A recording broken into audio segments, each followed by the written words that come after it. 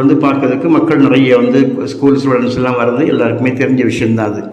ஆனால் இந்த இடம் வந்து உங்களுக்கு மெயின் ரோட்டில் இருக்கனால நல்ல ஒரு இடம், நல்ல ஒரு கிணறு. இந்த கிணறு வந்து க்ளீன் பண்ணணும் கண்டிப்பாக. இந்த கிணறு வந்து ஏன்னா யூஸ் இல்லாமல் இருக்கிறதுனால பல இதுகளும் உள்ளே வந்து இருக்க வாய்ப்பு உண்டு. அதனால் கண்டிப்பாக ஏன்னா தூசிகள்லாம் பொடிகளும் கல்லுகளும் விழுந்திருக்க வாய்ப்பு உண்டு. ஆனால் தண்ணி இருக்குது, உள்ளுக்க நல்லா தண்ணி இருக்குது. பக்கத்தில் நெஞ்சை நீங்கள் நேராக பார்க்குறீங்களா, பனைக்கு அடுத்து பாருங்கள் பச்சை கலரில் தெரியுதுலாம், அது அவ்வளோ வந்து நஞ்சை பயிரிட்டுருக்காங்க. நெல் பயிர் பயிரிட்டுருக்காங்கன்னா கண்டிப்பாக நஞ்சை இருக்குன்னா பக்கத்தில் குளம் இருக்குதுன்னு அர்த்தம். வலது பக்கம்தான் குளம் இருக்குது, இடது பக்கம் ரோடு. இடது பக்கம் நம்ம என்ன பார்க்குறது ரோடு.